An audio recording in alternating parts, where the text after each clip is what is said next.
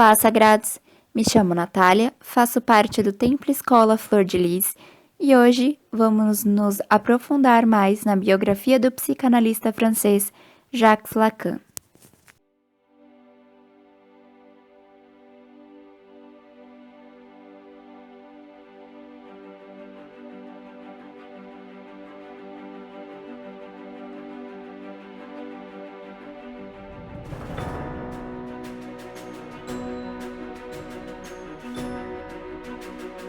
Jacques-Marie-Émile Lacan.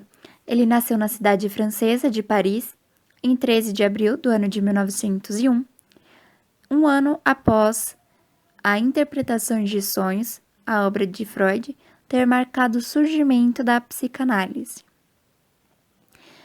Lacan foi crítico literário, estruturalista, filósofo, linguístico, semiótico e analista de uma família classe média, conservadora, com forte influência religiosa católica, que esperavam que Lacan seguisse os mesmos passos, mas isso não fez com que ele se submetesse a um ambiente conformista. Até mesmo na escola, os professores diziam que ele era um bom aluno, porém o consideravam arrogante, pois ele não se mostrava ser capaz de seguir o comportamento dos que estavam presentes ali. Então, todos esses comportamentos o levaram a rejeitar o universo familiar com valores cristãos. Ele formou-se em medicina, se especializou em psiquiatria entre 1927 e 1931, tendo sido residente no Hospital Saint-Étienne, em Paris.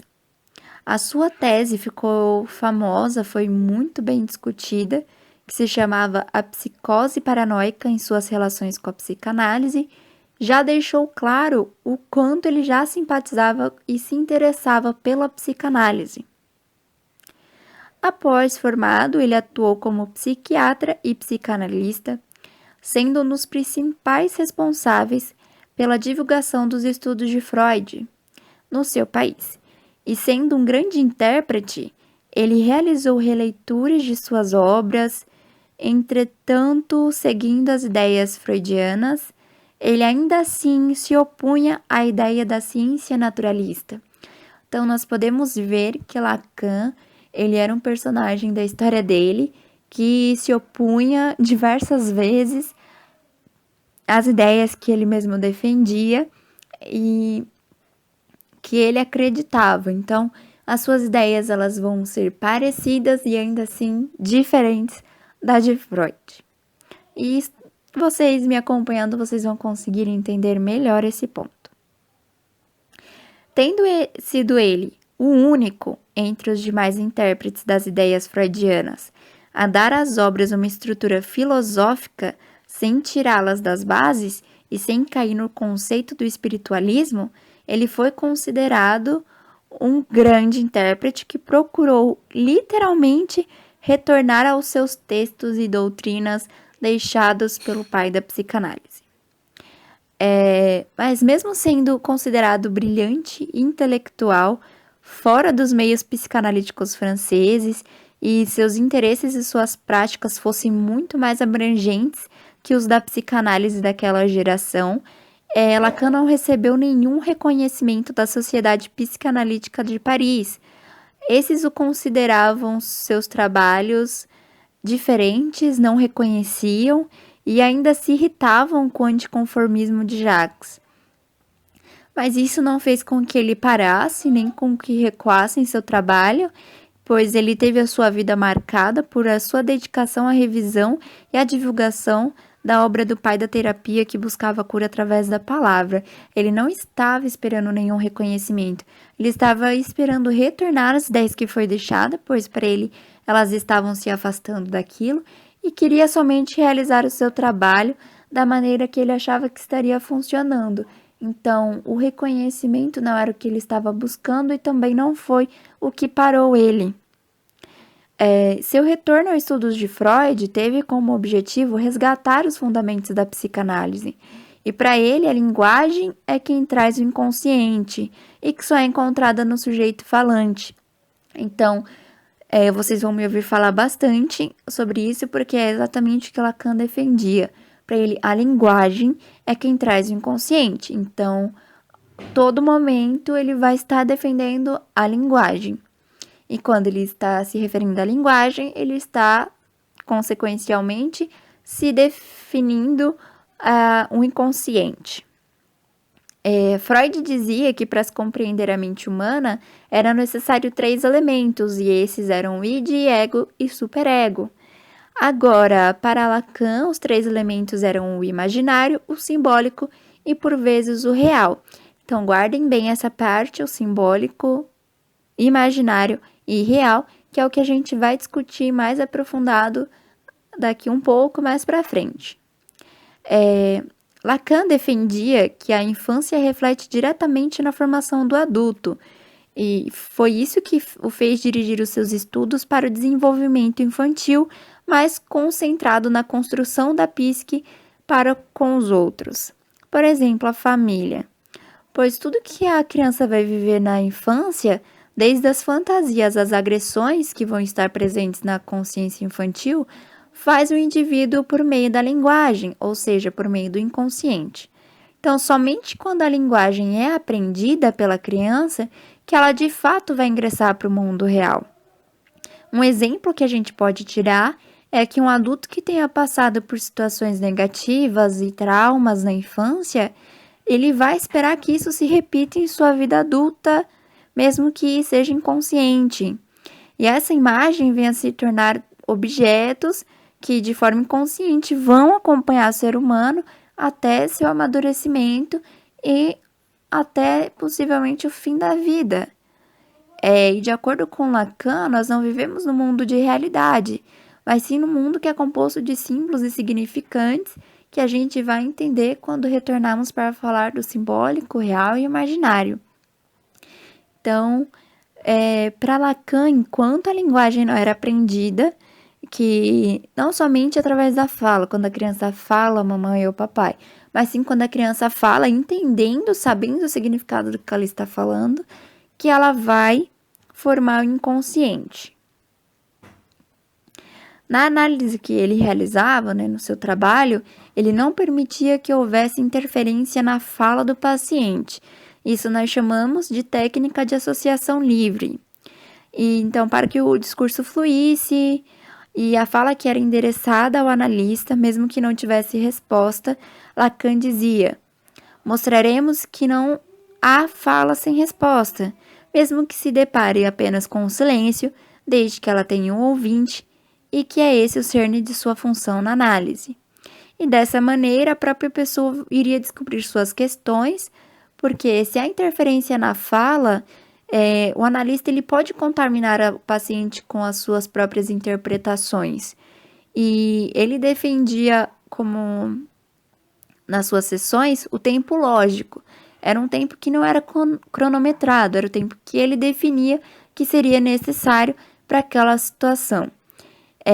Um exemplo dessa técnica de associação livre é que ele não aceitava que outras pessoas colocassem opiniões no meio daquilo que o paciente estava dizendo.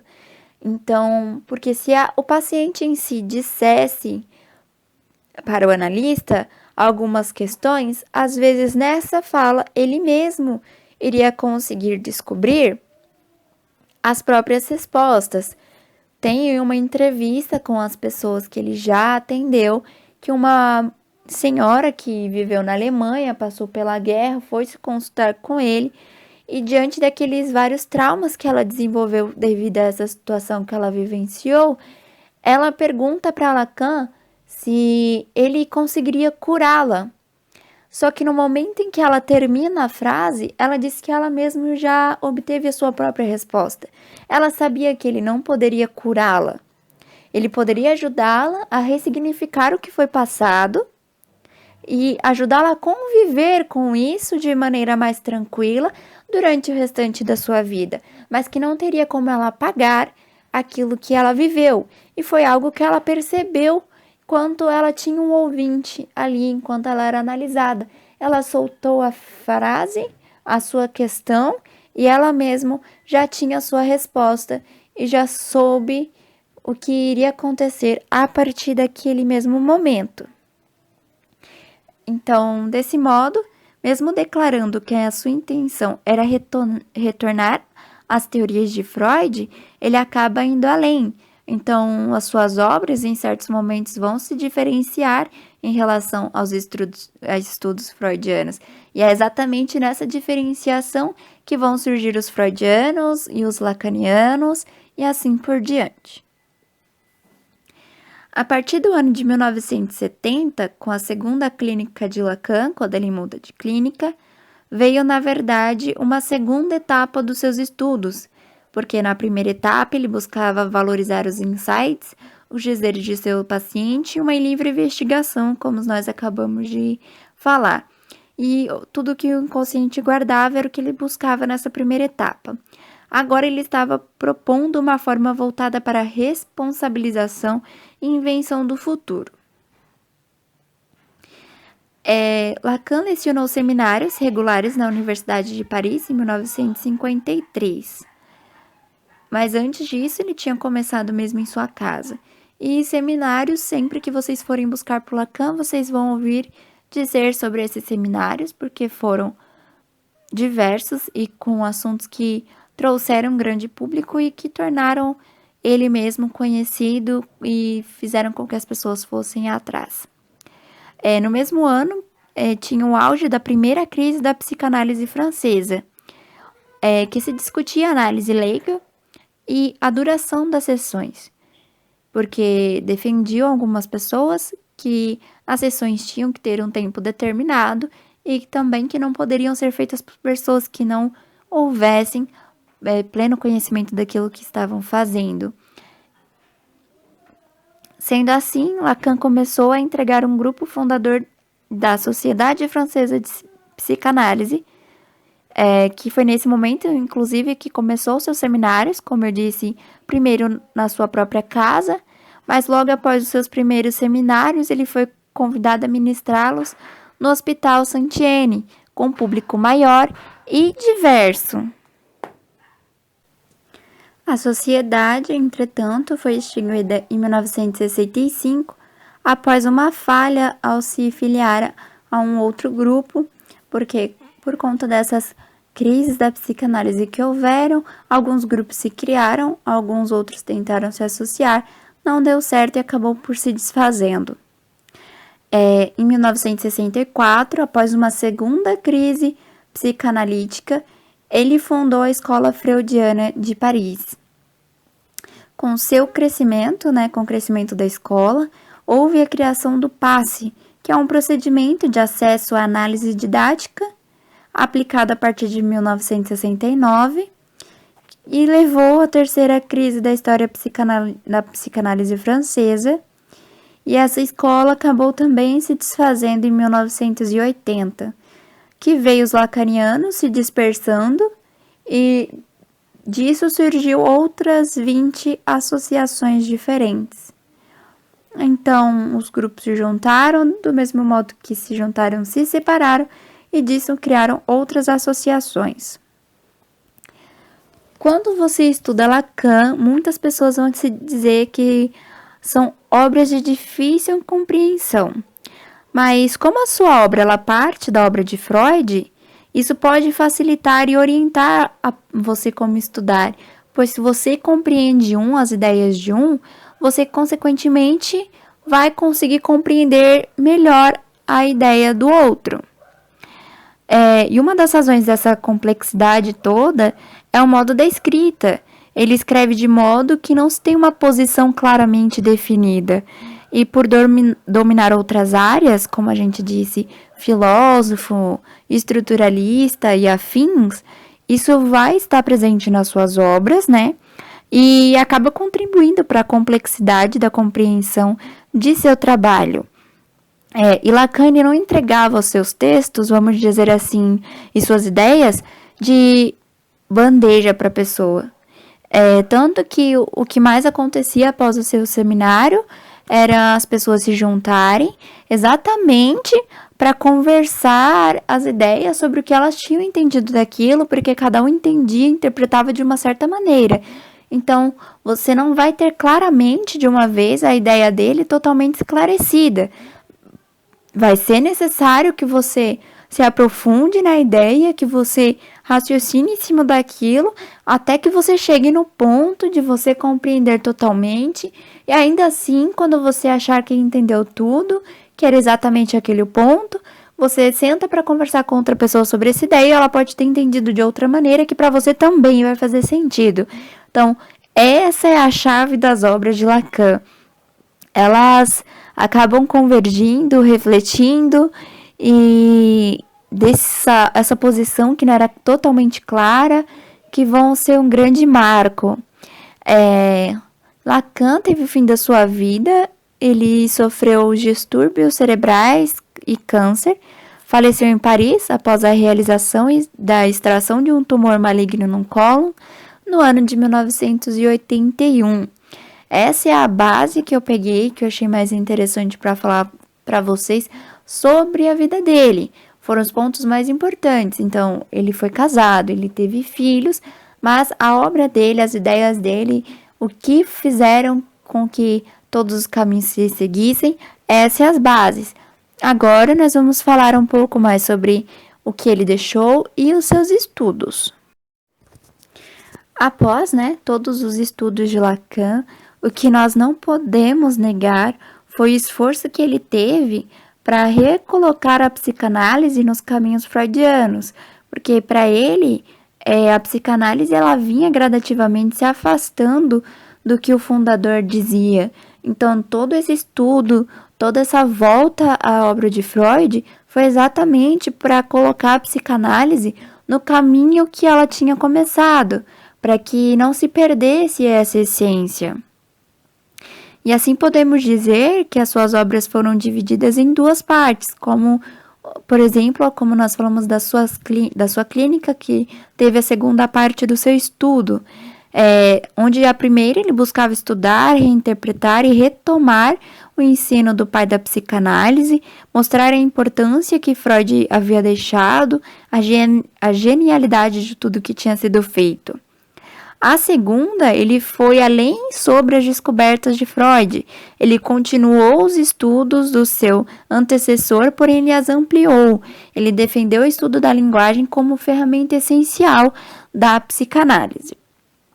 Um dos grandes pontos que podemos dizer assim, que Lacan teve, que foi a introdução, foi o estado do espelho, que eu já vou dizer assim de uma forma mais resumida, para facilitar o entendimento. O estado do espelho foi o primeiro grande conceito que Lacan introduziu na psicanálise. Esse estado é sobre a criança que se torna consciente do que se é e os primeiros conflitos que isso traz. Nessa teoria, de primeiro momento, o bebê ele está numa fase desordenada. Ele não sabe seus limites físicos, emocionais, ele não conhece o espaço em que ele está e nem reconhece a fala. E de repente essa criança cresce, descobre uma imagem de si mesmo como um ser humano completo, coerente, maravilhoso e chega à conclusão de que ela tem uma identidade. Então ela se olha no espelho, se vê e o principal, ela se reconhece. E é pela identificação dessa imagem que a criança irá esboçar um eu.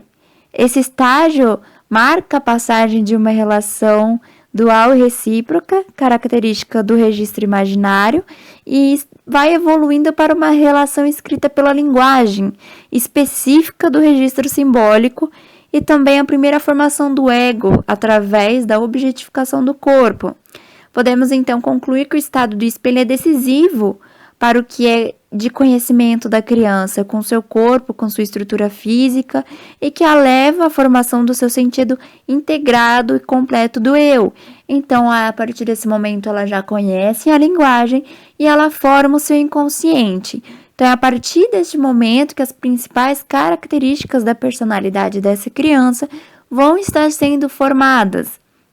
Então, esse é o estágio que, para mim, é marcado pelo reconhecimento. É a partir do momento que a gente se vê como pessoa, se reconhece os nossos limites, o que podemos fazer, o que somos, de forma biológica, pelo menos, e podemos concluir as nossas vontades. A partir daí, conseguimos nosso desejo, já sabemos como queremos nossa aparência, se gostamos de cabelo curto ou comprido, e aí que vem a formação do ego, enfim, esse estágio que é de extrema importância, que toda e qualquer pessoa passa logo no começo da sua vida. E é exatamente nesse momento, quando a gente se reconhece, que começamos a ter os nossos primeiros dilemas intelectuais, vamos dizer assim, do nosso inconsciente. Outra parte muito importante do que ele deixou de seus estudos são os sonhos, que para Freud os sonhos eram de certa maneira uma representação da realização de um desejo. Já para Lacan, o desejo de um sonho seria uma representação do outro, de um sonhador, e não uma forma de se desculpar o sonhador. Então, concluindo que para ele o desejo seria o desejo desse outro, e a realidade é somente para os que não podem suportar o sonho. Para ficar um pouco mais claro, para que vocês entendam, Lacan observa o quanto há de enigmático nesse desejo de dormir e salienta que Freud não situa aquilo que determina a operação do sonho como uma necessidade de dormir, mas sim como um desejo. Ele ainda prossegue comentando que o curioso é que Freud completa essa indicação com a seguinte pessoa: despertar do sonho justamente no momento em que poderia deixar escapar a realidade. De sorte, só acordamos para continuar sonhando no real, ou para ser mais exato, na realidade. Então, para ele, nós acordamos exatamente quando nós temos que continuar a viver, a encarar a nossa realidade. Então, o sonho, ao realizar de modo alucinatório o desejo, e o desejo é sempre sustentado pela fantasia, está a serviço do adormecimento, e é precisamente naquele momento em que algo do real tenta incluir-se no sonho, como no sonho de angústia que o sujeito acorda. Diz Lacan que para prosseguir dormindo, isto é, fantasiando. Então, este é o nosso momento alucinatório, onde nós vamos estar sendo sustentados pela fantasia quando estamos sonhando, dormindo. E quando algo do nosso real tenta interferir nisso, por exemplo, num pesadelo, vamos dizer assim, que nós acordamos e temos consciência, foi só um sonho, e voltamos a dormir, ou seja, nós não deixamos com que aquele sentimento angustiante domine o nosso ser. O corpo acorda para que ele possa voltar a fantasiar, porque ele tem noção, nós temos noção de que estamos sonhando e que esse é o nosso momento de fantasia antes de voltar para a nossa realidade. Então, para ele, nós não temos apenas a necessidade de dormir, nós temos o desejo de dormir para que nós possamos entrar nesse estado. Agora, a gente vai falar também as 3 ordens da psicanálise que eu comentei com vocês: o imaginário, o simbólico e o real. Por que Lacan defendia tanto esses 3 pontos? E para realizar o estudo dentro da psicanálise, são apresentadas essas 3 ordens, onde o indivíduo ele é um ser ativo e com potencial objeto de estudo. Então, vamos começar pelo imaginário, que é um registro que corresponde onde toda imagem e expectativa que foi criada se encontra da mesma dimensão, irá se cruzar com o supramencionado estado do espelho, e que também alimenta o ponto narcisista do eu. Ele é estimulado pelo ego, onde o ser busca no outro, esse outro pode ser pessoa, amor, imagem, objeto, uma sensação de completude. Mas o outro ele não existe para desenvolver a imagem com que o eu quer ser sustentado. Então, podemos definir como um reino em que não se tem a divisão entre o sujeito e o objeto. Nessa fase, não tem diferença entre o objeto e o seu desejo, não conseguindo distinguir aquilo que é dele daquilo que é do outro.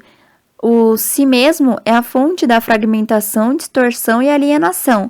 Na medida em que a criança identifica com a sua própria imagem, ela também vai experimentar a falta.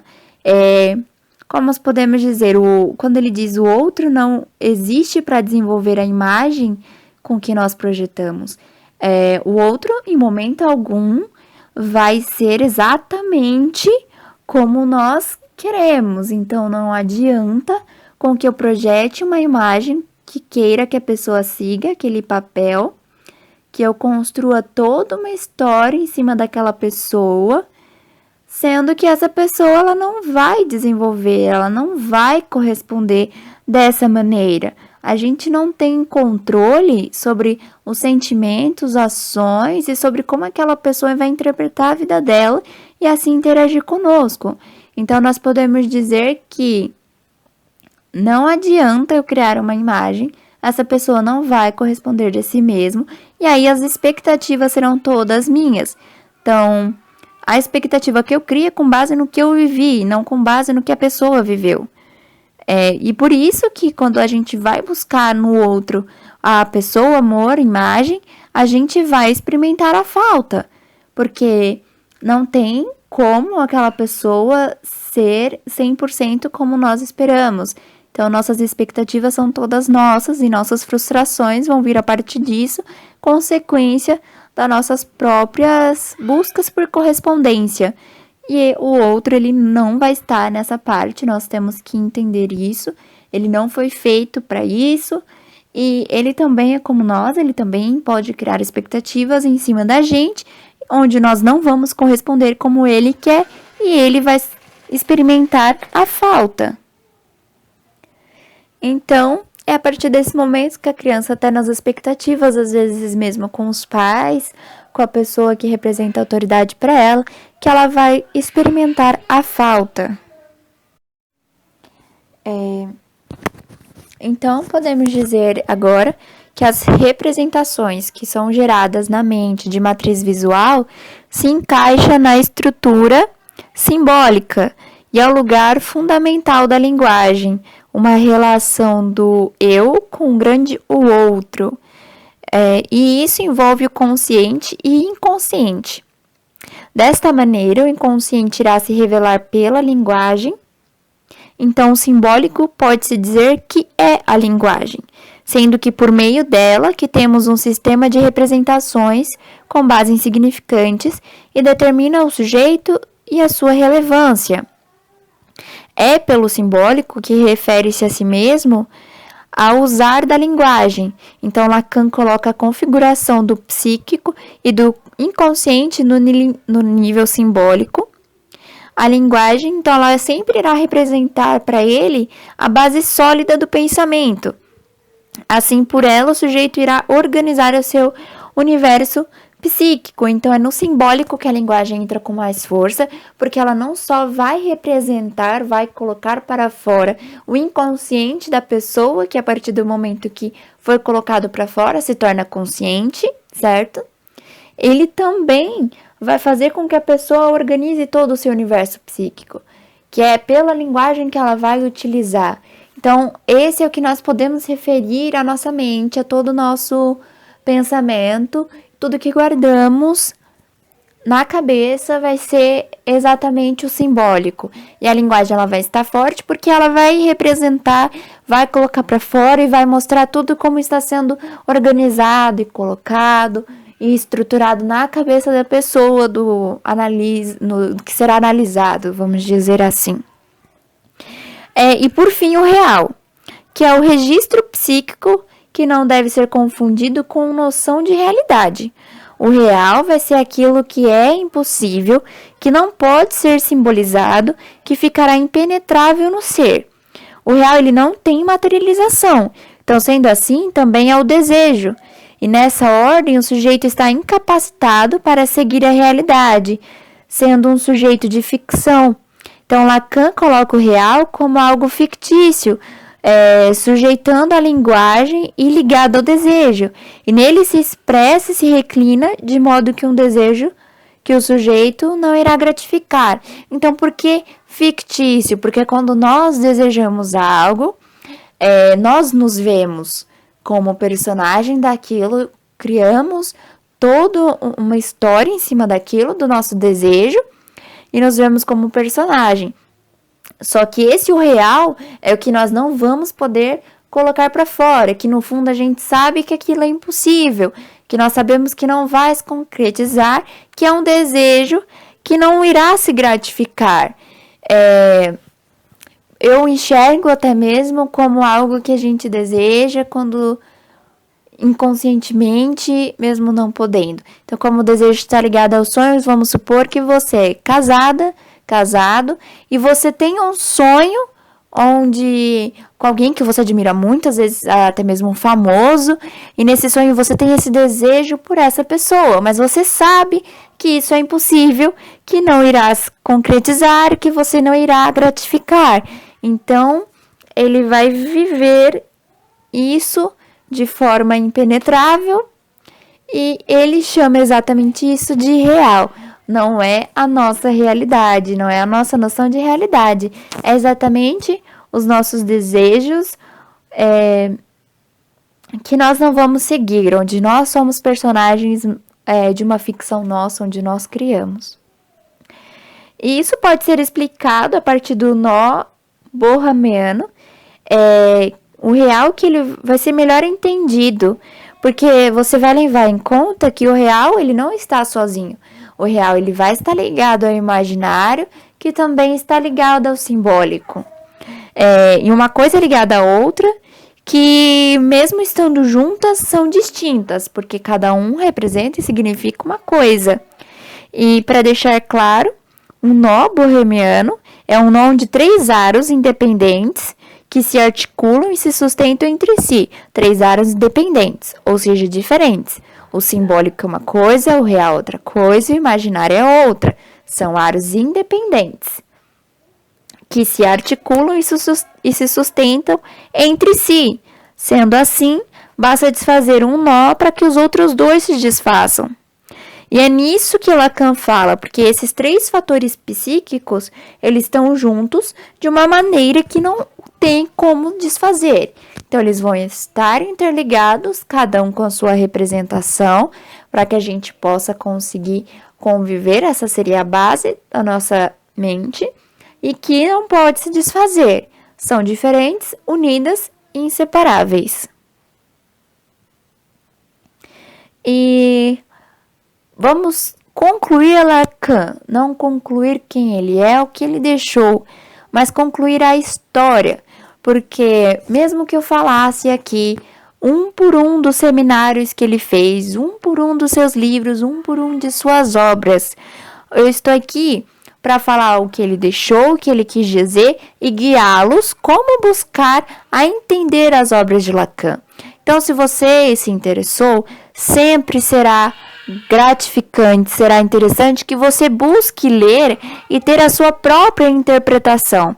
Essas bases que foram dadas é para que você consiga compreender Lacan, porque quando você encontrar com ele dizendo em algum seminário sobre o simbólico, o real, o imaginário, você sabe o que ele está querendo dizer com aquilo.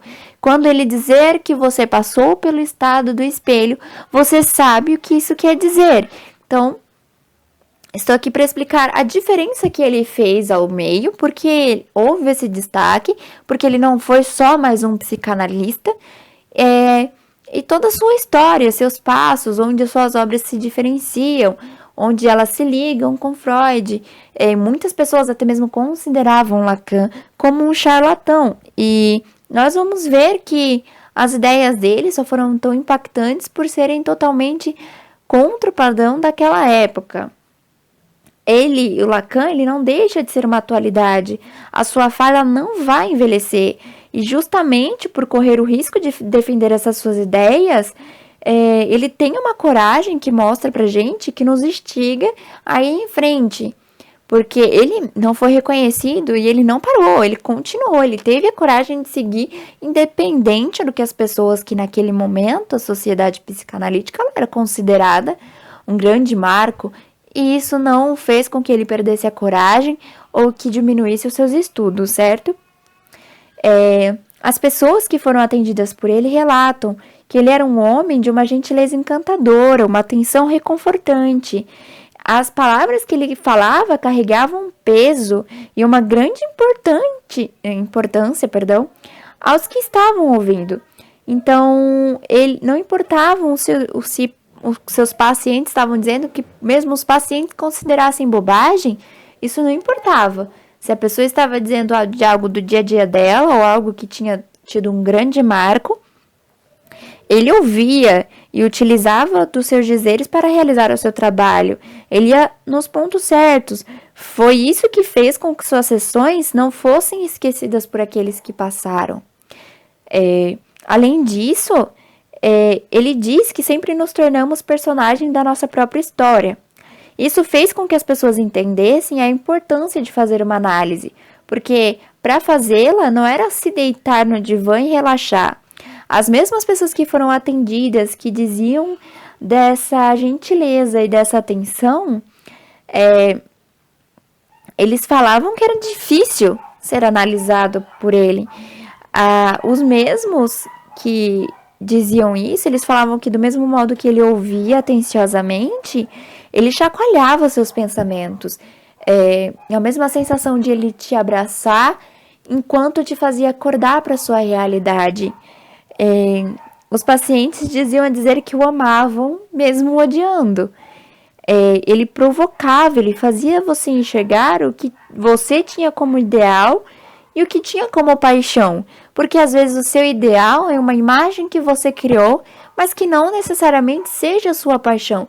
Então ele colocava as duas em choque, para você conseguir caminhar com aquilo que fosse realmente o seu propósito. Então a dureza estava presente em seus atendimentos, mas a doçura também. E é exatamente essa doçura com a dureza que faziam com que as pessoas continuassem a buscar serem analisadas. E isso tudo, a gentileza, a doçura e a dureza, é porque Lacan dizia: a verdade é sempre difícil de suportar, e a psicanálise acaba por nos mostrar a nós mesmos o que preferíamos ignorar. Então, nesse momento que ele põe você de frente com o seu ideal e com a sua paixão, é exatamente algo que às vezes você estava querendo ignorar.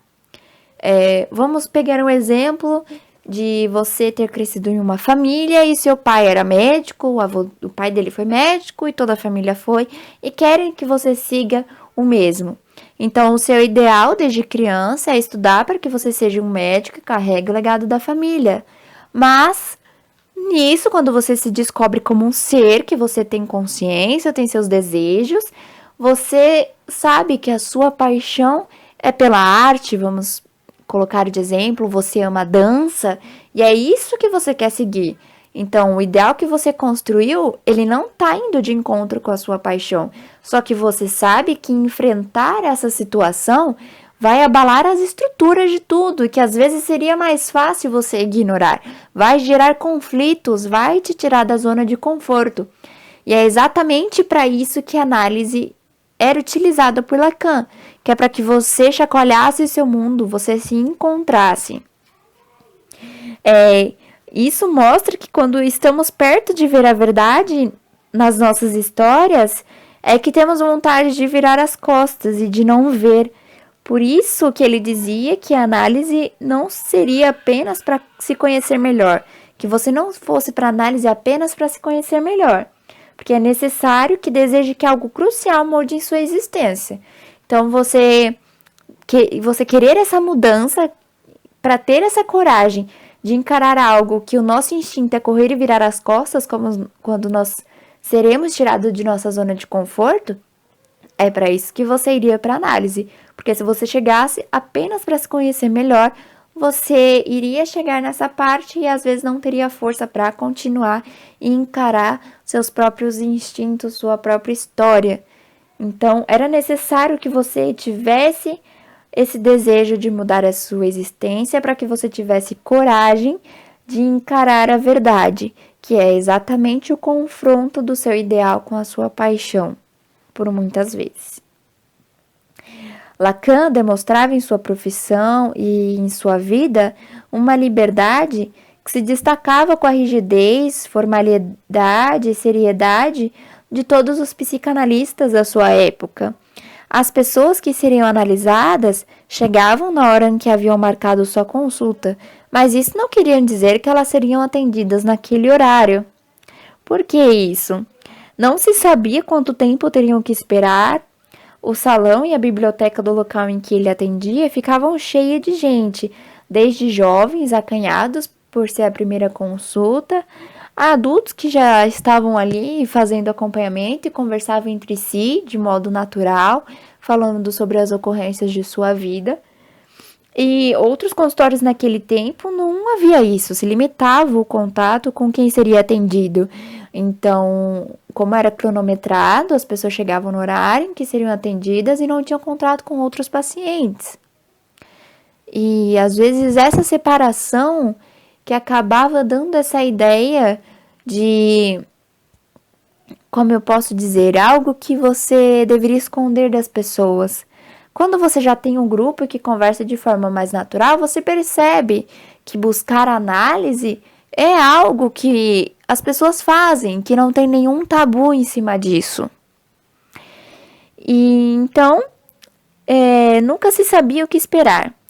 E naquele consultório de Lacan se quebrava todos os padrões, porque às vezes Lacan nem mesmo fechava a porta de seu consultório, e como consequência as pessoas que estavam esperando ouviam o que era falado. E é nessa situação que a pessoa às vezes chegava lá com vergonha, pensava que o que ela iria dizer é bobagem, que ele não iria sequer ouvir ou dar atenção, enquanto ela escuta outra pessoa dentro do consultório falando algo nesse mesmo sentido, ela vê que não é uma bobagem o que ela tem para falar. Nessa ocasião em que a pessoa acabava vendo que são banalidades do dia a dia e que ela pode colocar para fora, que não havia julgamento da parte do que estava ouvindo, que ele não julgava, que ele ouvia, que ele estava ali exatamente para ouvir o que você tinha a dizer, independente do que fosse. Mas isso não quer dizer que ele não respeitava a privacidade da pessoa que estava sendo atendido. Certas ocasiões ele fechava a porta e o que era dito ali continuava ali e ninguém escutava.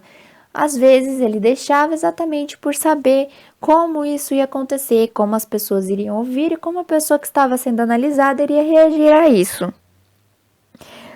O seu consultório ainda havia um telefone que Lacan deixava tocar e ele ficava no chão, para que quando tocasse a pessoa se lembrasse no momento da análise que o mundo ainda existia. Assim, quando o analisado diz algo sem perceber o que diz e o telefone toca, por exemplo, ele tem o efeito de fazer o inconsciente se relevar, para que a pessoa não fique pensando no que ela vai falar. E ela tem em mente que a sessão vai acabar quando o analista dizer que está acabado, não é cronometrado. Então, ela não tem como criar um roteiro para aquela sessão. Isso, para Lacan, fazia com que ela dissesse exatamente o que o inconsciente devia dizer. Lacan ainda introduziu em seus estudos a singularidade de cada pessoa, o que não era feito naquele tempo, onde naquele tempo eles juntavam os sintomas para dizer da doença, mas não se dizia da pessoa. Já Lacan não ia com essa ideia, ele não concordava com isso, e ele dizia que o sintoma é o que muita gente tem de mais real. O sintoma pode dizer muito mais da pessoa do que qualquer outra coisa. E o que os outros chamavam de desordem, os outros chamavam isso, né, de desordem, e não se falava disso. Lacan dizia, sim, vamos falar disso, vamos prestar atenção ao que o sintoma diz, não para aceitá-lo como fatalidade, né, como doença, mas para transformá-lo. O que fez com que muitos médicos que conheceram Lacan mudassem não só seu ponto de vista, como também sua abordagem, onde os médicos procuravam rigidamente excluir o lado pessoal do paciente e registrar apenas o que fosse possível de observar e verificar. Lacan não, ele a particularidade daquela pessoa. Ele queria ouvir sim o que a pessoa tinha a dizer, que não era observável, que não era verificável. Então ele já tira tudo isso, onde naquele meio eles queriam excluir totalmente, não importava, tudo que fosse pessoal do paciente era excluído. E Lacan ele ia buscar exatamente isso que eles excluíam. Ele queria exatamente escutar para entender melhor as pessoas, porque quando você foca somente na doença, você estará tratando de algo de forma muito clínica. E isso pode fazer com que a pessoa acabe desanimando do tratamento. Então, ele ia no lado pessoal, porque assim ele descobria formas melhores de lidar com as pessoas. Ele ouvia o que elas tinham a dizer, e isso muitas vezes até mesmo poderia ajudar no diagnóstico. Muitas das pessoas que eram seus amigos e adoravam a dizer o que ele tinha a dizer, o excluíam de seus meios por conta de toda essa polêmica que ele causava. Lacan tinha uma amplitude de saber e falava sobre tudo em seus seminários. Ele gostava de deixar com que tivessem uma interpretação aberta do que ele dizia. Ele usava de muitos discursos para apoiar as suas ideias, discursos esses que vinham de diversas ramificações, o que fez com que pessoas de meios variados fossem assisti-lo. Você encontrava psiquiátricas, matemáticos, historiadores, sociólogos, filósofos, economistas, a físicos. Num lugar onde não se sabia o que seria falado. Ninguém sabia o que Lacan iria discursar. E quando o seminário acabava, todas essas pessoas tinham interpretado de uma forma totalmente diferente. E aí se juntavam para conversar sobre esses seminários, permitindo que trocas das interpretações fossem feitas para formar ideias que às vezes você vendo de um outro ponto de vista te colocassem, vamos dizer, uma luz na ideia que às vezes poderia estar incompleta na sua cabeça. Então, por mais que ele fosse excluído até mesmo pelos seus amigos por conta dessa polêmica, ele era uma pessoa que juntava pessoas de meios diversos, o que naquela época era uma coisa muito difícil de acontecer, e faziam que elas interagissem entre elas para interpretar o que ele havia discursado. Então, ele foi movido pelo seu desejo, que não o deixavam parado. E em um dos seus últimos seminários, que foi em Caracas, Lacan chega a dizer: sejam lacanianos se quiserem, eu sou freudiano. E vemos que ele não se identifica consigo mesmo e continua a se considerar deslocado e só. Então nós vemos que ele em momento nenhum parou de buscar os seus estudos até provar o que ele queria. Ele deixou todos os seus seminários de uma forma com que não esteja 100% clara para que as pessoas pudessem discutir entre si para formar uma ideia. E ainda assim ele foi humano como qualquer um de nós. Ele ainda se colocava como uma pessoa a ser analisada e não analista. Uma vez que ele não reconhecia a si e aos seus estudos. Ele ainda se considerava uma pessoa que estava seguindo as ideias que foram deixadas. Então, esse é o lado humano que nós podemos ver. Podemos dizer, com toda essa interpretação, que em vários momentos de sua vida, ele foi considerado por muito louco. Como ele pode fazer algo assim? Como ele pode quebrar tantos padrões? Porque em seus seminários as suas falas são polêmicas, né? Eu trouxe aqui um em específico que eu quero deixar claro, que para mim é uma das que mais mostra a essência de Lacan nessa questão da particularidade que ele buscava a entender em todas as pessoas. Ele diz em um dos seus seminários: a mulher não existe. E aí você diz, se você for mulher, mas eu existo, eu estou aqui. Ou se você é homem, mas eu tenho minha mãe, eu tenho irmãs, eu tenho minha esposa. E como assim a mulher não existe? E quando ele diz isso, ele está dizendo que o que não existe é a idealização. Quando ele diz que a mulher não existe, ele está querendo dizer que a idealização da mulher não existe, como se fosse uma coisa única, estereotipada em sua totalidade. Para ele, existem mulheres, uma a uma, com suas próprias características. Temos que aceitar que somos apenas viajantes nessa vida e que não alcançamos a plenitude. Então, quando você põe uma mulher como um estereótipo, como algo, a mulher, com A maiúsculo, você não está respeitando a personalidade daquela pessoa, você não está aceitando a característica daquela pessoa. Então, nós temos que aceitar que nós não vamos alcançar a plenitude. Então, não podemos criar expectativas disso. Nós somos seres individuais com suas características, que era exatamente isso que Lacan buscava trazer e mostrar em seus trabalhos. Então, é isso que nós podemos tirar disso. As suas falas que eram exatamente para fazer com que nós pudéssemos refletir. Então, eu vou terminar essa aula dizendo para vocês que busquem sim ler, se vocês se interessaram, Lacan, busquem ir atrás dos seminários, dos seus livros, para que vocês consigam interpretar as obras dele de uma maneira sua. Porque você vai ouvir as minhas opiniões, o que foram ditos por mim, e às vezes você estudando, você pode ter uma outra ideia, e assim você consegue entender de fato o que Lacan queria, que era a individualidade das características do pensamento, do raciocínio, do ser. Então, é isso. Eu vou terminando a aula por aqui. Agradeço a todos que acompanharam, que estiveram aqui, que conseguiram seguir as minhas ideias e o que eu tinha para expor. Agradeço a todos e muito obrigada.